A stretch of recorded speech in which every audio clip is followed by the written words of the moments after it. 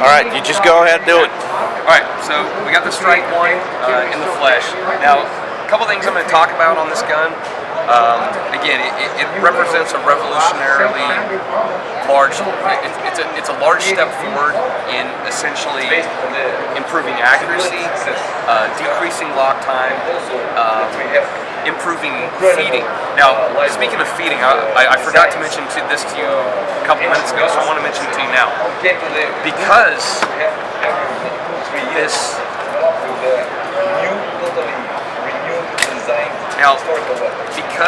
this round is moving so little from the magazine into the chamber, you can actually, we talked about cycling problems with the Glock, with underpowered ammo, Winchester, things like this.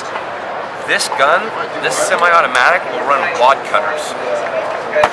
And the reason it'll run wad cutters is because at no point is this round, at no point is it not in, before it leaves the feed lips of the magazine, it's already into the chamber. It's not touching ramps or anything. It doesn't need to be directed anywhere.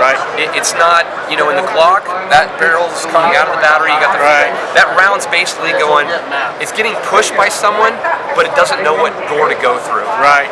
This one, it's getting pushed, but it's being pushed towards one door and it's going right through it. That's why it'll take a wad cutter, because it doesn't need the roundness to hopefully direct it up that chamber, up that throat ramp of the magazine. Does that make sense? Absolutely. So when you talk about feeding different kinds of ammunition, whether it's lead nose or reloads, or like I said, this semi-auto will cycle wad cutters. If it'll cycle wad cutters, I mean, I don't really know of a better I don't know of a harder challenge of cycling, you know, rounds in a wad cutter. As far as the power issues, again, because you've got such little reciprocating mass with the barrel moving, you know, because the barrel's moving so little, because that bore line's so high, you really, it doesn't have a lot of the feeding issues with different types of ammo that other guns do. Because the barrel isn't moving enough.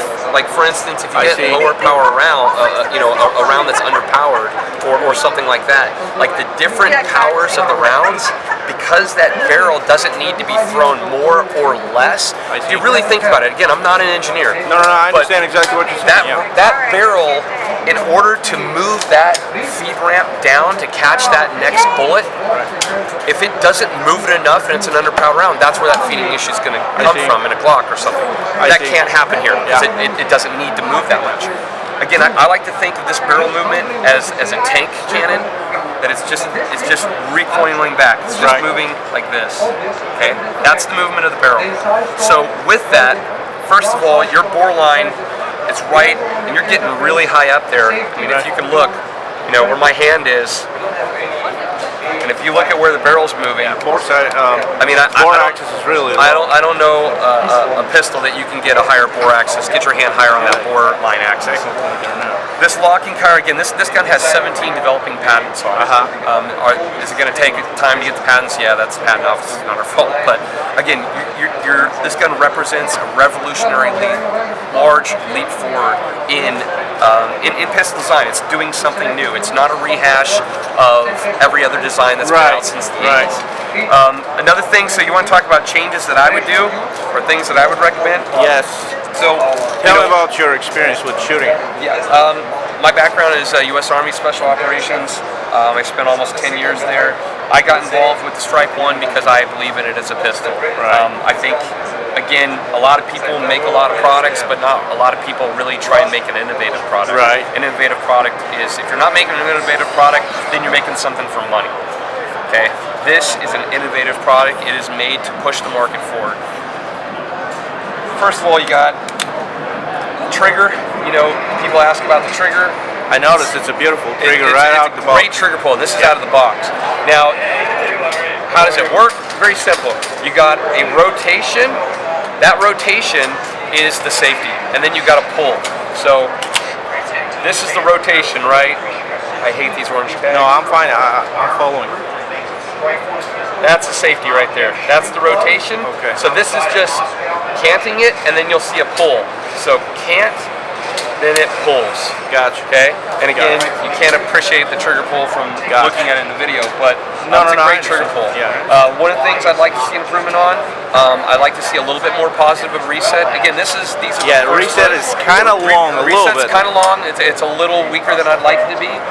So that, we're talking about improving that again. But that's your background. Yeah, well, yeah, that's how I like to shoot. Yeah. But again, these guns, these are the first run. I mean, another thing we talked about is, these serrations up front, these first two. I mean, no one's coming that far out of the barrel to They need to grab. go back a little bit. So we'd like to take these two, push them back here, because some people, I can't do it with my arm, but some people, coming around the bottom doing that. I actually myself have to come up to the top. I can't do it. I can, but it's hard for me. So, I got to grab here. I'd like those serrations, right here. Another thing, separating the rear sight from the back strap. Again, that's an obvious one.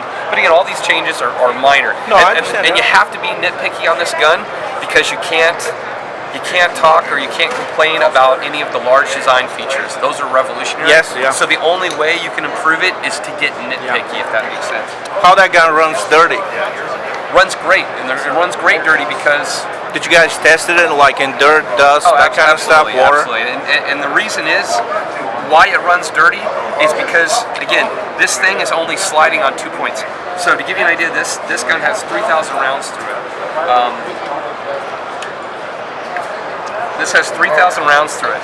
If Right, you look no on this marks. barrel, do you see any marks on the barrel? No smiles. The reason is because it's not touching that slide. Right. It is touching the slide, but not on the Not barrel. over there, Where that's- it's touching is at all times, whether it's in or out of, at any point of the feeding and shooting process, it is on 4 rails. 2 obviously in the frame, right. and 2 in the slide. And It doesn't fit. It doesn't tilt the barrel to unlock it and cycle it. Exactly. So now you talked about in different environments, because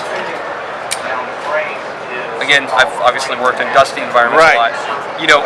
All you have to do is oil these grooves in the slide because that's where the movement is.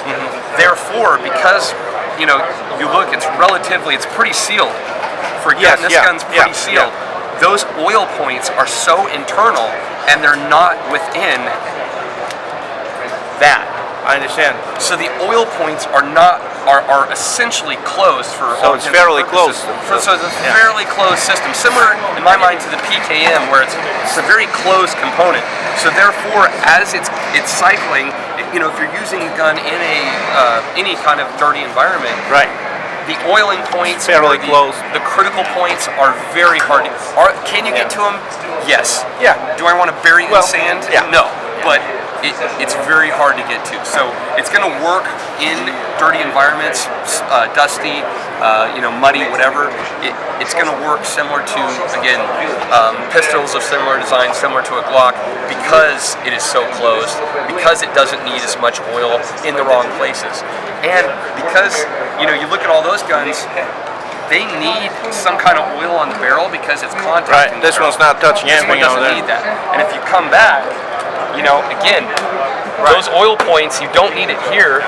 They're in here, so they stay closed, and it stays sealed by its own grooves. Marks are only because of the vibration during the recoil. Exactly. Another thing on this is suppressors. Okay. Yeah, well, obviously this is again suppressor because that barrel's not having to come out of battery. Right. The weight of the suppressor. I mean, you could use. I know they talked about. I didn't do it myself, but they used essentially a submachine gun suppressor size on which you would do because it's too heavy. But they did it specifically on this to test it, and they didn't have any issues with it, which is a much heavier suppressor than should go on a pistol. Any inputs about different coating like Glock has that Tennifer gimmick on it? Well, this is like the Italian equivalent of like a black nitrate. Okay. What this is. Okay. So it's very similar to the Similar to that stuff. coating that Glock used. It's just the Italian version. Anything about the rifling? Is it a normal, conventional? Normal I rifling? believe so. Honestly, I don't know that Yeah, question okay. offhand. I haven't got that much into the engineering of it, but the thing for me, having shot it is, you can look at a gun, you can manipulate it, you can dry fire it all day long, but at the end of the day, what matters is how it shoots. And this gun, when you shoot it, it is a noticeable improvement Yeah. on existing designs. Yeah. And at the end of the day, that's what matters. And that's why I'm involved in this. Excellent.